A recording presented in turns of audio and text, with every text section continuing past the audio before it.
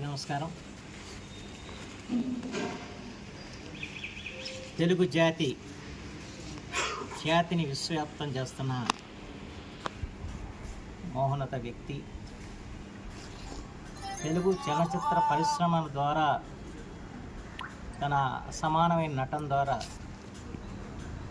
ఆయన ప్రేక్షకుల్ని రంజింపు చేయటం కాకుండా తన మహోన్నత వ్యక్తిత్వం ద్వారా తెలుగు జాతికి ఒక ఔన్నత్యం చేకూర్చిన మహనీయుడు శ్రీ చిరంజీవి గారు. ఎందుకంటే సహజంగా సినీ నటులకి అభిమాన సంఘాలు ఉంటాయి. గతంలో అభిమాన సంఘాల పాత్ర అంటే మరొక సినీ నటుడికి సినిమా విడుదలైతే ఆ పోస్టర్ మీద పేరు రాయటం వరకే వాళ్ళ పాత్ర ఉండేది. కానీ మొట్టమొదటిసారిగా భారత చలనచిత్ర రంగంలో తన అభిమానుల్ని సేవామూర్తులుగా తీర్చిదిద్దిన ఘనత మాత్రం ఒక చిరంజీవి గారికి మాత్రమే దక్కిందని చెప్పి మాత్రం చెప్పవచ్చు.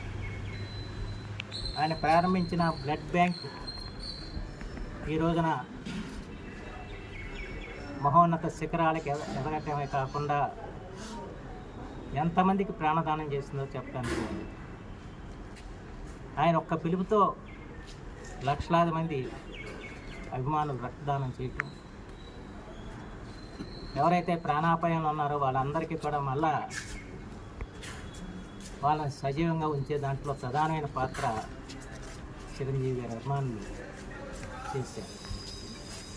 అలాగే వారు ఏ సేవా కార్యక్రమం పెట్టినా కూడా ఆ సేవా కార్యక్రమం ద్వారా ప్రజలకి మన ఏదో ఎంతో కొంత ఆసరాగా నిలబడాలని చెప్పిన ఆలోచన వారి అభిమానులు కలిగించిన ఘనత మాత్రం చిరంజీవి గారికి దక్కిందని చెప్పి మాత్రం మనం చెప్పవచ్చు.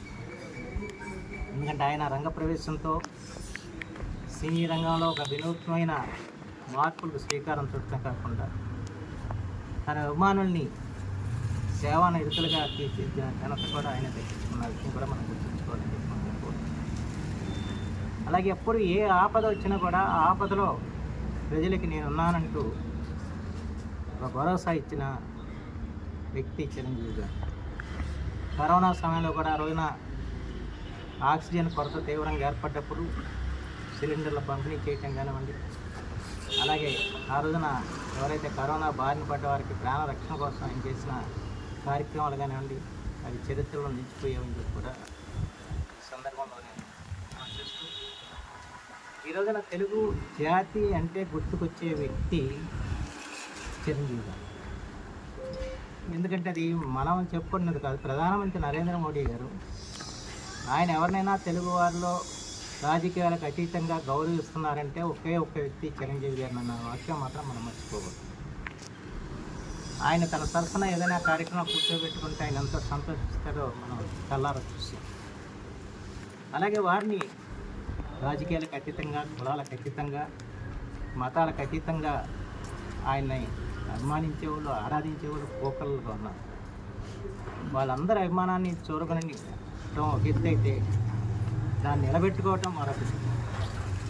దాన్ని నిలబెట్టుకుంటూ రోజు రోజుకి పెంచుకుంటూ వెళ్తున్న సినీ నటుడు ఎవరైనా చరిత్రలో ఉన్నారంటే ఒకే ఒకరు చిరంజీవి గారు అని చెప్పి మనం చేస్తూ వారికి ఆ భగవంతుడు మంచి ఆరోగ్యాలు, శక్తియుక్తులు ప్రసాదించాలని చెప్పి, సదాయుష్కం చేయాలని చెప్పి, వారి ద్వారా తెలుగు జాతి మహోన్నత శిఖరాలకి ఎదిగేలాగా చేయాలని చెప్పి నేను భగవంతుని ప్రార్థిస్తూ ఈరోజు నేను చక్కటి కార్యక్రమం ఏర్పాటు చేసిన చిరంజీవి అభిమాన సంఘానికి నేను ప్రత్యేకించి నేను ధన్యవాదాలు తెలియజేస్తున్నాను.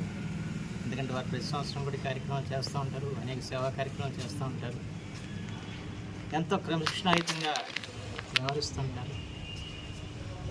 వారందరికీ కూడా నేను పేరు పేరున కూడా ధన్యవాదాలు తెలియజేసుకుంటూ సెలవు తీసుకుంటాను.